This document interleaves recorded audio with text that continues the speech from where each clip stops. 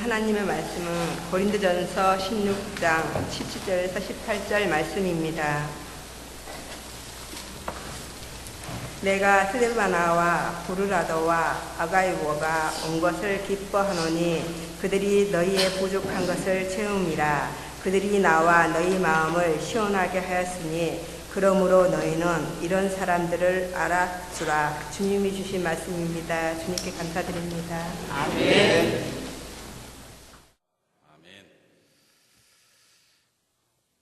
이런 사람들을 알아주라 하는 제목으로 함께 은혜 나누기를 원합니다.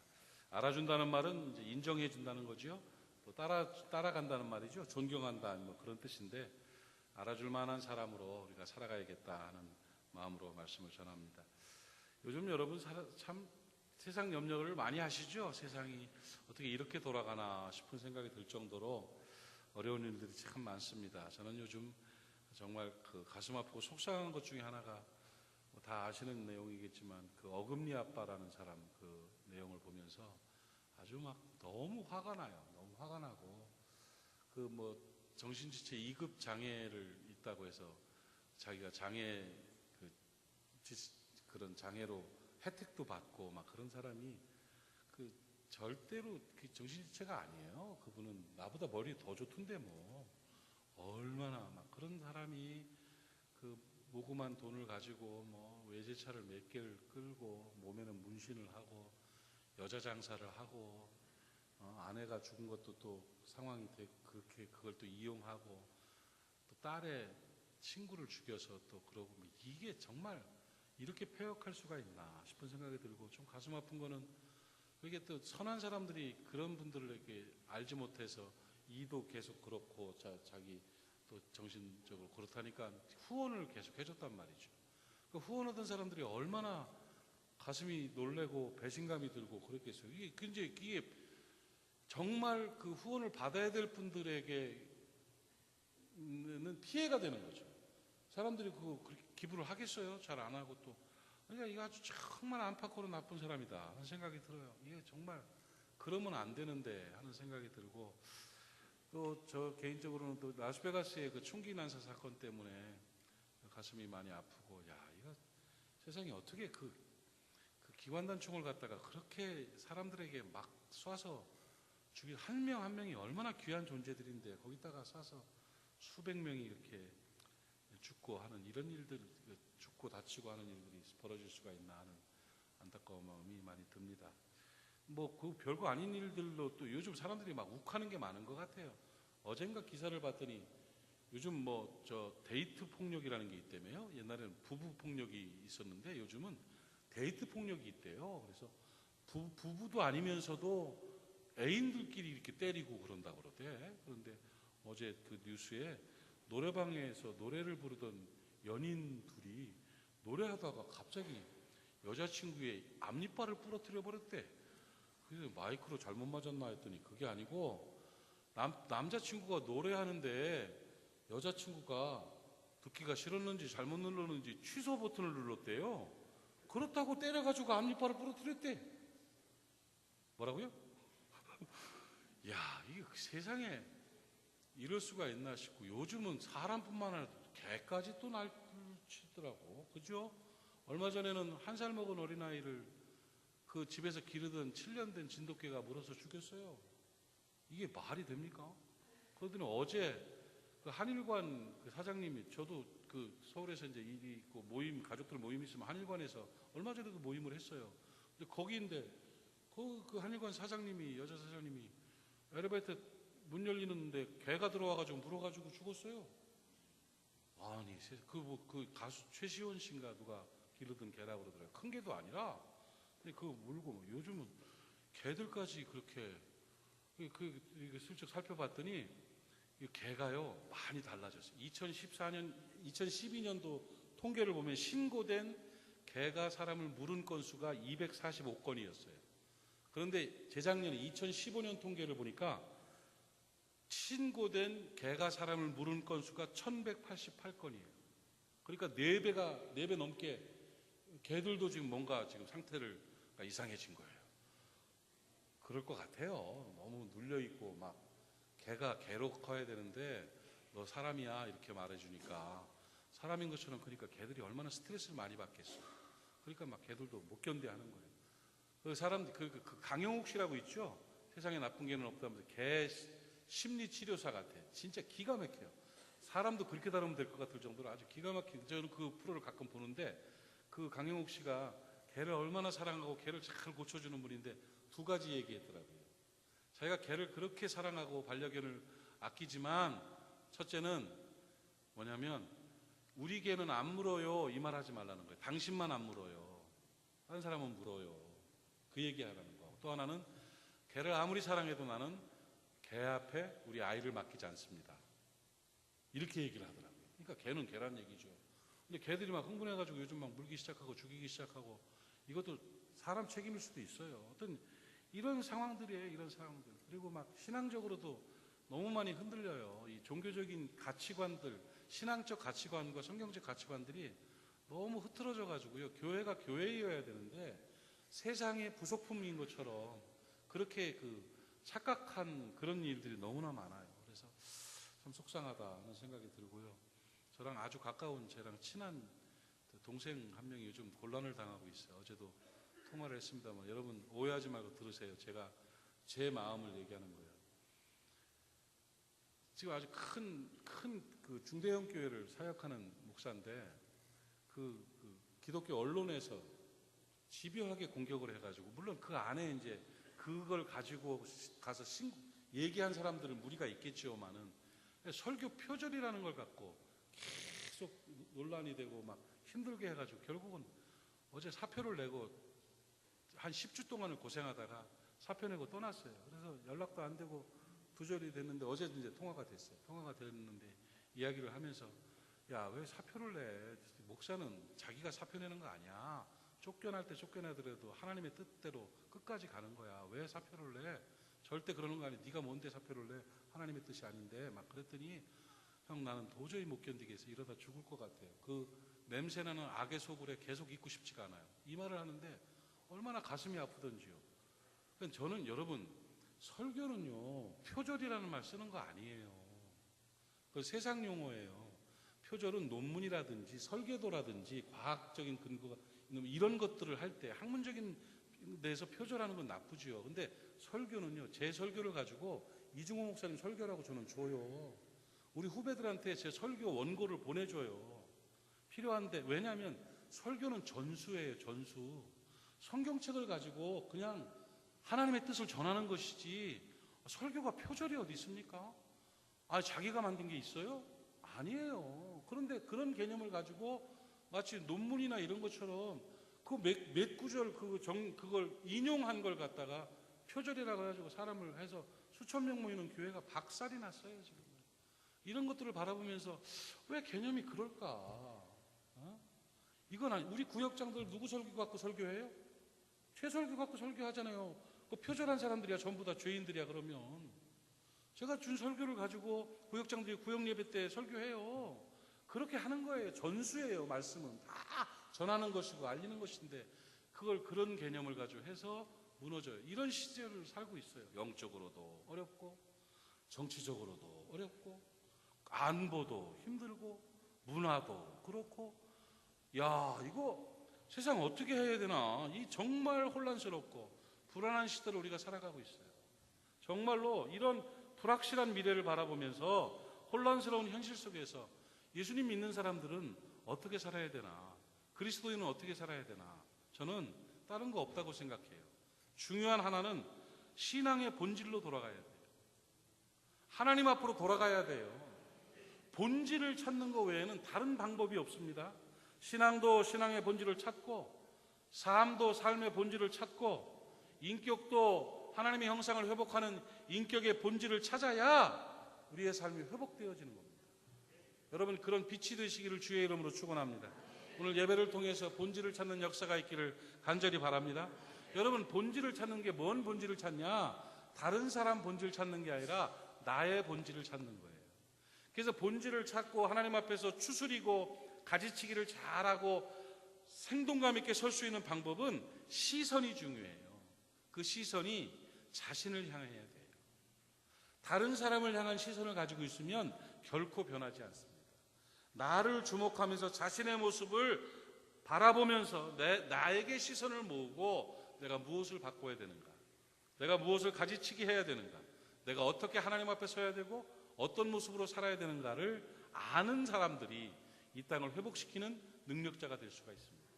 그렇게 나를 바라보며 내 자신을 깎아내고 내 자신을 치료하고 회복시켜서 본질을 찾아서 하나님 앞에 서는 저와 여러분 되기를 바랍니다. 험한 세상, 허탄한 이런 불확실한 현실들 속에서 살아가는 데서 제일 중요한 건 다른 거 아니에요. 내가 어떤 사람이 되는가. 내가 어떤 사람이 되는가가 가장 중요한 겁니다. 그리고 내가 어떻게 살아가야 되는가를 알 때에 우리의 삶에 회복이 있습니다. 한번 따라합시다. 내가 어떤 사람이 되는가? 내가 어떻게 살아야 하는가? 이것이 여러분의 삶의 중요한 본질과 핵심이 되고 키워드가 될 수 있기를 간절히 바랍니다. 이 화두가 그거예요. 나예요, 나. 내가 어떻게 살아야 되는가? 나는 어떤 모습으로, 어떤 사람으로 살아야 되는가 하는 것입니다. 이 말씀을 나누면서 우리가 삶의 모델을 한번 찾고 싶었어요. 그러던 중에 평신도들과 뭐 엘리야, 뭐 이사야, 아브라함 이런 분들은 너무 따라가기가 어려운데 평신도들 가운데 그러한 좋은 신앙과 삶을 살았던 사람이 없을까를 찾던 중에 오늘 딱 귀한 분 한 분을 만났어요. 그래서 여러분에게 소개하고 싶은데 그분이 누구냐면 스데바나라는 분이에요. 오늘 본문에 나오는 스데바나입니다. 정말 좋은 신앙의 선배님이세요. 이 스데바나는 누구냐면 바울이 전도해서, 바울 사도가 전도해서 온 집안이 예수 믿은 사람이에요. 이 스데바나는요, 아가야의 첫 열매라고 말하고 있는데 이 스데바나라는 이름의 뜻은 면류관이라는 뜻이에요. 이름도 참 좋아요. 그런데 아가야라는 그 유럽의 아가야 지역이죠. 아덴과 고린도가 그 중요 도시가 되고 그 아가야 지역에서 복음을 전하러 갔다가 처음으로 예수를 믿은 사람이 바로 스데바나예요. 그 스데바나를 칭찬을 얼마나 했는지 스데바나에게 순종하라고까지 성도들에게, 고린도 교회 성도들에게 말하면서 충성스러운 신앙인이고 속을 시원하게 해주는 사람이고 하면서 오늘 제목처럼 알아줄 만한 사람이다. 이 사람, 이런 사람을 알아줘라, 인정해줘라, 그리고 순종해라 할 정도로 아주 바울 사도가 폭 빠졌던, 바울 사도도 굉장히 냉정한 분이었거든요. 그런데 그냥 폭 빠졌던 사람이 바로 스데바나예요. 스데바나가 어떻게 살았길래 그렇게 주의 종에게 인정받고 성경에 기록이 되고 이렇게 멋진 모습으로 우리의 삶의 모델이 될 수 있을까 궁금하지요? 그거 오늘 정리해 봅시다. 그래서 오늘 한번 배우고 내가 그런 모습으로 살아야겠구나. 그것이 내 삶의 본질이 되고 내가 그렇게 살아가면 내 가정도 바뀌고 이 땅이 회복되겠구나 하는 깨달음과 결단을 가질 수 있기를 간절히 바랍니다. 스데바나에 대해서 뭐라고 칭찬했냐면 오늘 본문의 18절 말씀을 보면 그들이, 이거 아닌데? 고린도전서 16장 18절. 네, 시작. 그들이 나와 너희 마음을 시원하게 했으니 그러므로 너희는 이런 사람들을 알아줘라. 속 시원한 사람이, 제가 제일 아주 좋아하는 단어예요. 속 시원한 사람. 속이 답답하고 막 찝찝한 게 아니라 묵직한 게 아니라 속 시원한 사람. 누구? 스데바나. 스데바나가 속 시원하게 했던 사람이다. 그러니까 이런 사람을 좀 알아줘라. 이렇게 고린도 교회 성도들에게 가르쳐주고 있습니다. 이 스데바나는 주 59년에 그 고린도 교회에서 에베소에 있는 바울을 찾아갔어요. 그 당시에 고린도 교회는 혼란이 많았어요. 그래서 막 시험이 많이 들어온 고린도 교회인데 바울 사도가 얼마나 에베소에서 염려를 했겠어요. 그리고 그 바울에 대한 오해도 또 막 오해를 만들어내는 거예요. 교회는 문제가 생기면 반드시 주의 종이 이제 타겟이 되잖아요. 그러니까 그 안에서 자기들끼리 뭐 성찬식 문제, 심지어는 성적인 문제, 이런 문제들이, 돈 문제, 문제들이 많았는데 그 문제가 막 얽히면서 에베소에 있는 바울에 대해서도 공격이 되는 이런 상황에서 주 59년에 이 스데바나가 고린도에서 에베소로 가족들과 함께 찾아갔어요. 찾아가가지고 선교 사역에 협력을 하고 도와줄 뿐더러 고린도 교회 상황들을 잘 설명을 해가지고 바울의 마음을 안심을 시켰다고. 그리고 다시 돌아와가지고는 바울의 뜻을 잘 알리고 바울에게 있었던 오해까지 풀어서 전체적인 모든 것들을 회복시키는 아주 귀한 일을 했던 분이 바로 스데바나예요. 괜찮은 사람이죠? 진짜예요. 그런 괜찮은 일을 했던 분이 바로 스데바나인데, 그 스데바나는 어떤 모습으로 하나님 앞에 섰고 어떻게 살아갔을까? 오늘 몇 가지만 얘기하다 시간 되는 대로 얘기하다가 마칠게요. 잘 들으세요. 자, 첫 번째 그에게서 배울 수 있는 점이 뭐냐? 뭐 때문에 바울 사도가 그 사람을 좀 알아줄 만한 사람이니까 알아주라고, 존경하라고 그렇게 얘기했을까요? 오늘 고린도전서 16장 15절을 보면 아주 중요한 교훈이 하나 나와요. 같이 읽읍시다. 시작. 형제들아, 스데바나의 집은 곧 아가야의 첫 열매요 또 성도 섬기기로 작정한 줄을 너희가 아는지라 내가 너희를 권하노니. 자, 보세요.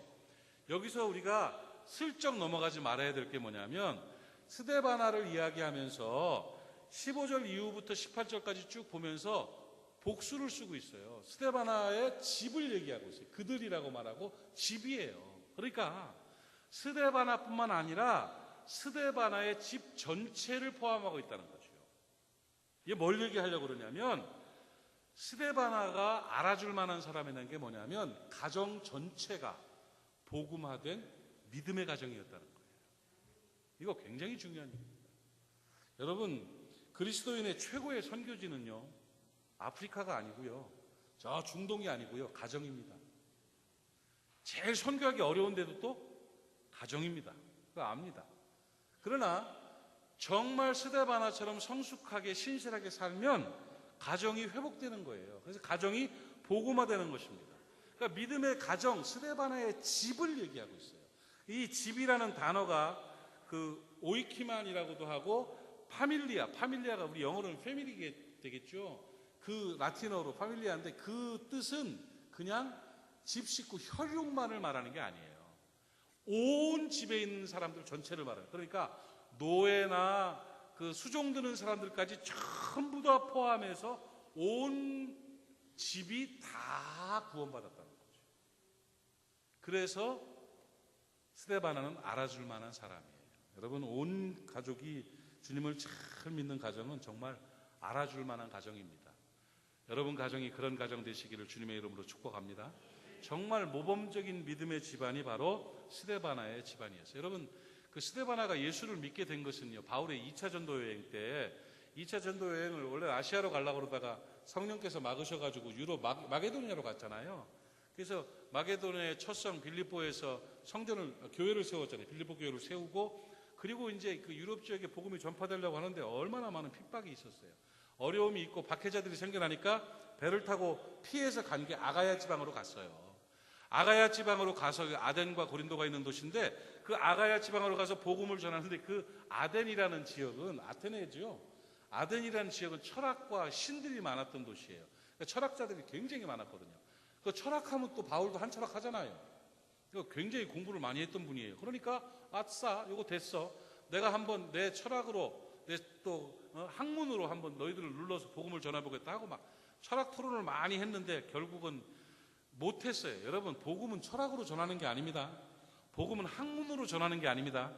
사도행전 17장에서 고백하기를 디오누시오와 몇몇 사람만 전도했다 이렇게 말하고 있어요. 그러니까 별로 복음을 전하지 못했던, 그런데 그 안에서 정말 자랑할 만한 한 사람이 있었어요. 그게 누구냐면 아가야에서 복음을 전한 첫 열매가 바로 스데바나라는 거예요. 그래서 거기에서 스데바나라는 스데바나는 부자였습니다. 그리고 사회적으로 지위가 있었던 사람이에요. 그런데 그 사람이 바울을 통해서 예수를 믿고 자기가 진리를 알고 나니까 천국이 보이니까, 지옥이 보이니까, 인생이라는 게 이런 거라는 걸 깨닫게 되니까 정신 딱 차린 게 뭐예요? 가족들이죠. 여러분 어디 식당 가서 맛있는 거 먹다 보면 가족들이랑 같이 와서 먹어야지 하는 생각 들어요? 안 들어요? 착하세요. 그래요. 어머니도 한번 모시고 와서 먹었으면 좋겠다. 아이들과 함께 밥 먹었으면 좋겠다. 이런 생각이 들잖아요. 그런데 하물며 생명과 구원이라는 천국과 지옥을 가르는 이 진리의 복음이 들어갔는데 가족 생각이 나는 게 정상이요? 안 나는 게 정상이요? 나는 게. 그러니까 스데반아는 진짜를 받은 거예요. 그러다 보니까 정신을 딱 차리고는 제일 먼저 한 일이 가족들 구원하는 일이라. 그래서 노예들까지 다 복음을 입게 돼. 이게 세례를 받아요. 여러분 고린도전서 1장 16절을 보면 아덴에서의 사이가 그렇게 좋지 않았던 걸 말하는데 그러면서 또 내가 스데바나의 집 사람에게 세례를 베풀었다. 스데바나의 집의 사람들에게 세례를 베풀었다. 그리고 그 외의 사람이 고린도 교회에 파벌 때문에 그런 얘기를 한 건데 다른 사람에게는 세례를 베푸는지 내가 알지를 못하겠다. 이렇게 말해요. 결국은 스데바나의 집 사람들한테 모두 세례를 베풀었어요. 그래서 스데바나의 집 전체가 다 구원받고 복음의 영향력을 행사했던, 그래서 집이 아주 성도를 잘 섬기고 행복하는 복된 가정이 되었단 말이죠. 그런데 이런 사람들을 알아주라는 거예요. 왜 그러냐면 온 집안 사람이 다 세례를 받고 믿음의 가정이 된다는 것은 쉬운 일이 아니거든요. 최고의 선교지가 가정이거든요. 여러분 가정에서 가족 구성원 전체가 예수 믿고 하나님의 사람으로 세례받고 서려면요, 그 한 사람의 희생이 얼마나 따라야 되는 줄 알아요? 그 한 사람이 지도력과 인격과 영성이 탁월해야 되는 거예요.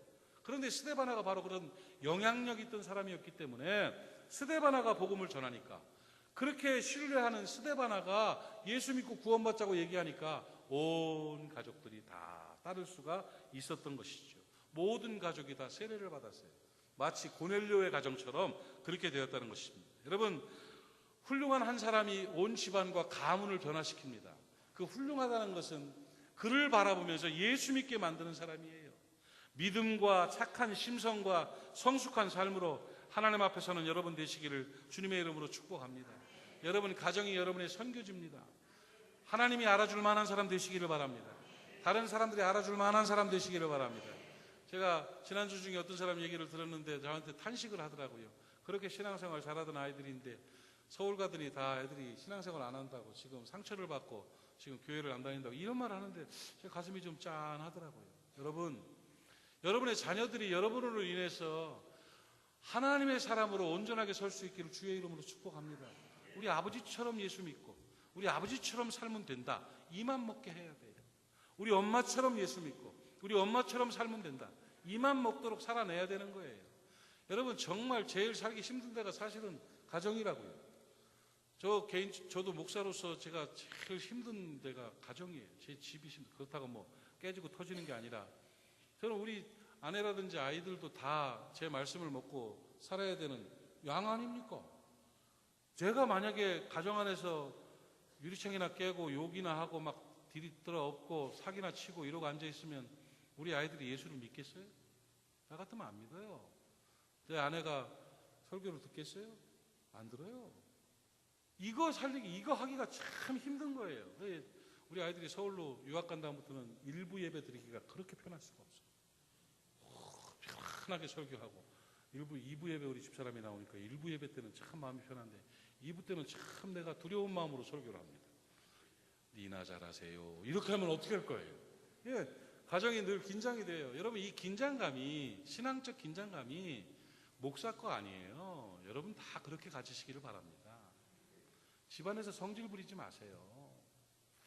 집안에서 그 소중한 가족들을 함부로 대하지 마세요. 잘해줘야 돼요. 왜? 생명이 달려있고 영혼이 달려있고 가문이 달려있는데 성질나는 거 좀 참아야지요. 물론 이해하겠지요. 다 양해들 할 거예요. 그러나 적어도 나는 스데바나와 같이 온 집안 사람에게 존경받는 신앙인이 되겠다. 내가 우리 가문의 빛이 되겠다. 면류관이 되겠다. 이런 결단을 가지고 살아가는 알아줄 만한 하나님의 사람들 되시기를 주의 이름으로 축복합니다. 그래서 온 가정이 복음화되는 역사가 있기를 바라요. 인정받고 신뢰받고 존경받는 사람 얼마나 좋습니까? 그렇게 삽시다. 뭐 완전할 수는 없지만 그렇게 최선을 다하는 거지요. 스데바나와 같이 알아줄 만한 가정. 그러니까 이 가정 안에서의 거룩한 부담감, 이거는 꼭 가지셔야 돼요. 함부로 살지 마세요. 집에서 함부로 살지 마세요. 좀 너무 스트레스가 쌓이고 좀 함부로 하고 싶으면 저기 텐트 하나 들고 산속으로 가서 한 이틀 함부로 그냥 빤스만 입고 도로다니면서 소리도 지르고 욕도 하고 그러고 내려와요. 차라리 다른 사람 상처 주고 힘들게 하지 말고 그 소중한 가족들 아프게 하지 말고 잘 섬겨서 복되게 살아갈 수 있기를 축복합니다. 그렇게 합시다. 네. 스데반은 그런 분이었던 것 같아요. 그러니까 바울이 알아줘라, 이런 분들을 알아줘라, 정말 속 시원하게 뜨면. 그리고 이 집 사람들이 다 세례받고 예수 믿었다. 멋있어요. 그렇게 살기를 바라고요. 또 한 가지 우리가 교훈을 얻을 수 있는 게 뭐냐면, 스데반을 왜 알아주라고 그랬을까요? 그분은요, 섬김을 잘하는 사람이었어요. 성도 섬기기로 작정했다고 아까 봤죠? 고린도전서 16장 15절을 다시 한번 읽읍시다. 읽어봐요. 고린도전서 16장 15절 시작. 형제들아, 스데바나의 집은 곧 아가야의 첫 열매요 또 성도 섬기기로 작정한 줄을 너희가 아는지라 내가 너희를 권하노니 이런 사람들에게 순종하라, 또 이런 사람을 알아줘라, 이렇게 말씀하고 있는 거예요. 여기서 교훈을 얻어야 될 것은 성도 섬기기로 작정한 사람들이라는 거예요. 그러니까 스데바나가 그랬고 스데바나의 가정이 그랬다는 거예요. 사람을 잘 섬기는 신앙인이었다는 것이죠. 그래서 잘 섬기는 사람이 되었다는 거예요. 이 성도 섬기기로 작정했다는 말을 볼 때 보니까 고린도 교회 성도들을 잘 섬겼던 분 같아요. 교회에서 봉사를 많이 하고요, 사랑으로 섬기는 그런 사람이었죠. 그리고 이런 사람에게 뭐하라? 순종하라고 16절에 말하고 있어요. 이런 사람을 순종하라 이렇게 표현하고 있죠. 그러니까 또 함께 일하며 수고하는 모든 사람에게 순종하라. 이런 사람에게 순종하고 따르라는 말은 결국 리더십도 있었던 얘기예요. 이 사람은, 그러니까 이 바울이 보기에 이 고린도 교회는 스데바나와 그 집 사람들 때문에 힘이 있고 회복이 되겠구나. 됐다. 그 혼란스러웠던 교회가 하나님의 거룩한 교회로 변화될 수 있는 것은 바로 성도 섬기기로 작정한 스데바나와 그 가족들 때문이란 말이죠. 그러니까 바울 사도가 사람들에게 말하기, 이런 사람을 따라가라, 이런 사람에게 순종해라, 권위를 인정해 주는 거예요. 그러니까 앞에 나서서 적극적으로 일을 하고 협력하고 막 봉사하면서 충성을 다했던 사람이 스데바나와 그 집안 사람들이었어요.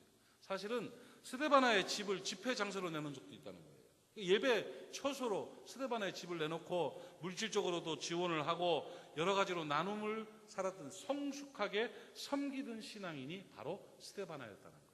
여러분, 섬기는 신앙인 되시기를 축복합니다. 섬기는 신앙인이 되시면 하나님이 알아주십니다.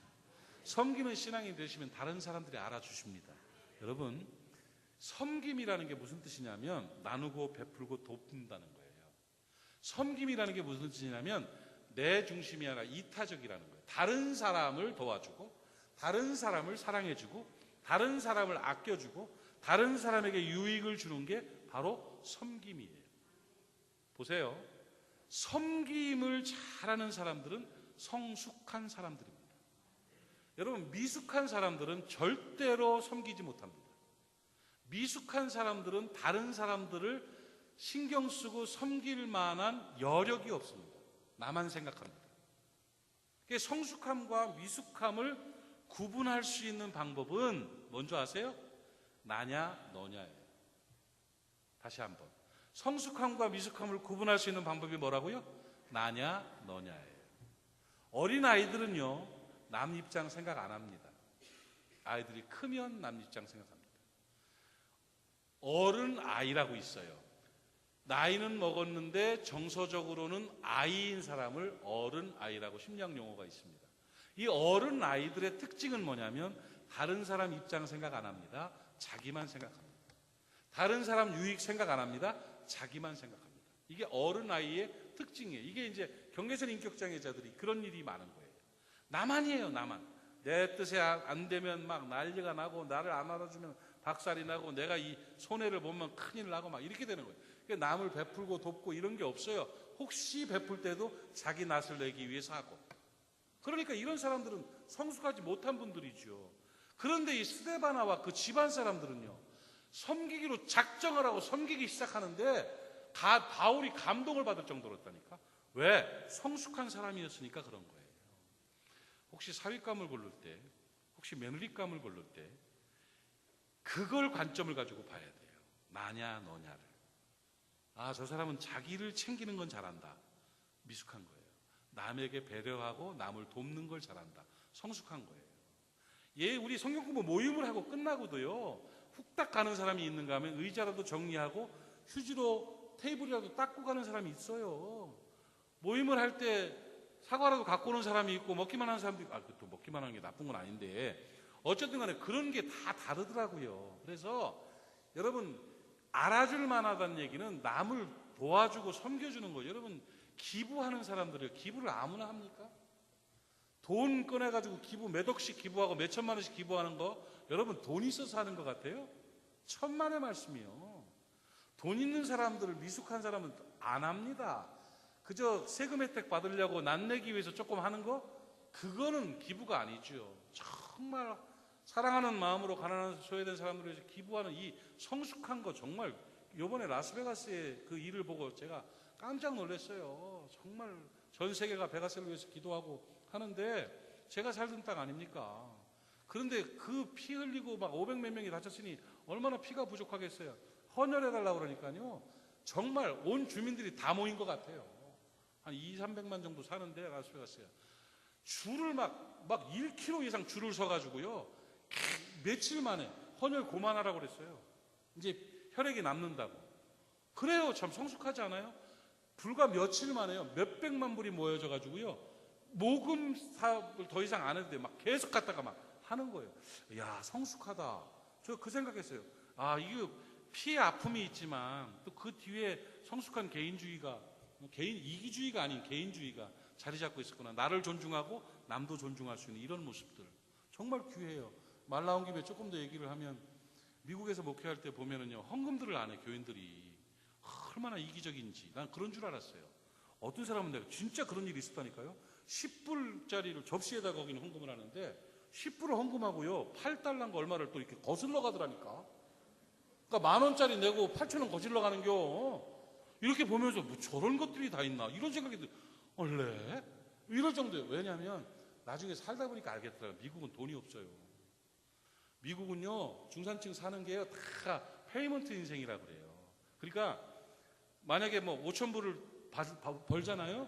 그러면 다 갈라져 나가요. 차에 얼마, 집에 얼마, 뭐에 얼마, 쫙 매달 월부 갚다가 그냥 끝나요. 그러니까 현찰도 없고 돈도 별로 없어요. 여러분, 미국 갔는데 누가 100불 주면요, 굉장히 고마운 거예요. 한국 돈 10만 원하고 차이가 달라요. 시간 2시간 내주면은요, 정말 헌신한 거예요. 그런 세대를 살아가요. 그러니까 미국 교회를 보면은요, 참 이거 어떻게 저렇게 사나 이런 생각이 들거든요. 그런데 그 교회가요, 막 몇 군데 후원을 하고 뭐 선교사를 파송하고 막 그래. 아, 교인 30명 모이는 교회가, 미국 교회들 선교사를 막 10명씩 파송하고 막, 아니 헌금 1달러 2달러 하고 막 5달러 하고 뭐 그러는 그 교인들이 있는데 어떻게 저렇게 하지? 이 생각을 했었어요. 근데 알고 보내가고 그걸 알은 거예요. 교인 20~30명 있는 그 교회가요, 집이 한 20채 50채 있어요. 교인들이 돌아가시기 전에 교회에다가 전 재산을 헌금하고 가시는 거예요. 이 땅에 살면서 알뜰하게 이렇게 살다가 이게 하나님 것이라는 걸 깨닫고 재산을 갖다가 집이고 사업체고 뭐 돈이고, 교회 자식들이 그걸 물려받을 생각을 별로 안 합니다. 그냥 다 헌금하고 가니까 집들이 많아. 그러니까 그 집 세만 줘도 그것만 가지고도 교회 운영이 되고 선교사에게 다 되는 부자더라고요. 야, 그걸 보면서 아, 성숙함이라는 게 이런 거구나. 내 거 나만 생각하는 게 아니고 남을 위해, 하나님 나라를 위해서, 나라와 민족을 위해서 베푸는 이 섬김이라는 모습이 성숙이구나. 이렇게 살아가니 그 가정에서 존경을 받겠어요? 안 받겠어요? 사람들이 존경을 하겠어요? 안 하겠어요? 존경하지요. 그러니까 결국 성숙은 바로 섬김으로 증명되는 것입니다. 여러분, 스데바나와 그 집 식구들처럼 섬김을 잘하는 성숙한 신앙인 되시기를 바랍니다. 기부를 많이 하십시오. 가난한 사람들을 위해서 돈을 좀 내놓으세요. 선교 사역을 위해서 하늘나라 보화를 쌓으세요. 저 티켓 10,000원짜리 한 10장씩 사세요. 그거 갖고 다 선교하는 거예요. 올 사람이 없는데요, 그냥 길거리에서 나눠줘요. 오시라고. 뭔가 이렇게 좀 나눔과 베품과 내 거를 좀 내놓는 일이 있을 때 성숙하게 되고, 그런 사람들을 하나님과 사람들이 알아주는 것입니다. 그런 은혜가 있기를 주님의 이름으로 축복합니다. 제가 몇 년 전에도 한번 얘기를 했는데, 이 성숙과 미숙에 대해서 설명을 할 때 가끔 얘기를 했었어요. 신경정신과 학생들이 정신병원에 그 실습 같은 얘기 기억하실 거예요. 실습을 갔는데 원장님이 학생들에게 그 정신병원에 입원하고 있는 환자들 몇 명하고 인터뷰를 하라고 그랬다고요. 1시간 정도 얘기를 하고 돌아와서 이제 보고를 하라고. 그러면서 토론을 하는 중에 학생들이 다, 실습한 학생들이 와가지고 하는 말이, 아니 여기 있는 사람들이 왜 뭐가 정신질환자입니까? 똑똑한데요? 논리적으로 말도 잘하는데요? 이 사람은 왜 여기서 입원하고 있죠? 막 이러는 거예요. 그 뭐 영화에 나오는 것처럼 막 저 정신병원에 있으면 막 때려 부시고 막 이러는 줄 알아요? 아니에요. 아주 점잖게 얘기하고. 그런데 이 사람이 왜 여기 있습니까? 전부 다 그런 얘기를 했대. 그때 그 원장님이 지도하시는 의사 원장님이 하시는 말씀이, 그럼 다 똑똑하지, 다 괜찮지. 근데 너희들 다 상담해봤는데 한 가지 공통점이 있지 않더나? 뭐요? 다 봐봐. 거기 사람들은 전부 다 자기 얘기만 하잖아. 자기 뜻대로만 얘기하잖아. 자기만 옳다고 하잖아. 나만 살아있잖아. 그게 정신병이야. 그 얘기를 하더래요. 어린아이처럼 자신만 생각하고 나만 생각하고 있으면, 그러면 이 땅은 회복될 수가 없습니다, 여러분. 시간도 나누고, 돈도 나누고, 재능도 나누고, 마음도 나누고, 사랑도 나누고, 아멘도 좀 나누고, 나누며 살아갈 때, 그런 섬김이 있을 때 성숙한 그리스도인으로 승리할 수가 있고 이 땅이 회복되게 되는 거예요. 그 역사가 있기를 주님의 이름으로 축복합니다. 축복합니다. 제가 춘천에서 목회할 때 우리 아이들이 초등학교를 다녔었어요. 우리 아들놈이 얼마나 고집이 센지, 이놈은 지 엄마 말도 안 듣고 반바지를 안 입어가지고 얼마나 속이 썩었는지, 엄마가 걔를 거의 24시간 들쳐 업고 있어야 안 울던 아이였어요. 그러니까 욕심도 많고 자기 뜻대로만 하고 그랬던 아이들이었어요. 그래서 그런가 보다 키웠죠. 키우고 있는데 초등학교 다닐 때 어느 날, 아시는 분도 있을 거예요. 원래 그 좋은 보약은 재탕하는 거예요. 그 교회에서 여름성경학교라는 데 4, 5학년쯤 됐을 거예요, 애들이. 여름성경학교 때 여름성경학교에 달란트 시장을 한다고 하는데, 얘들이 달란트 시장을 둘이, 달란트가 많았죠. 뭐 애들이 결석을 했겠어, 뭐 했겠어. 그래 가가지고 떡볶이도 사 먹고 만두도 사 먹고 막 선물도 사오고 이러는데, 갔다가 애들이 돌아오면서 엄마한테 투정을 부리는 거예요. 엄마 떡볶이 먹고 싶은데 못 먹었어, 이러는 거예요. 그러니까 엄마가 깜짝 놀라가지고, 야, 달란트가 그렇게 많은데 왜 못 먹었어? 그랬더니 달란트가 부족해서 못 먹었지, 이러는 거야.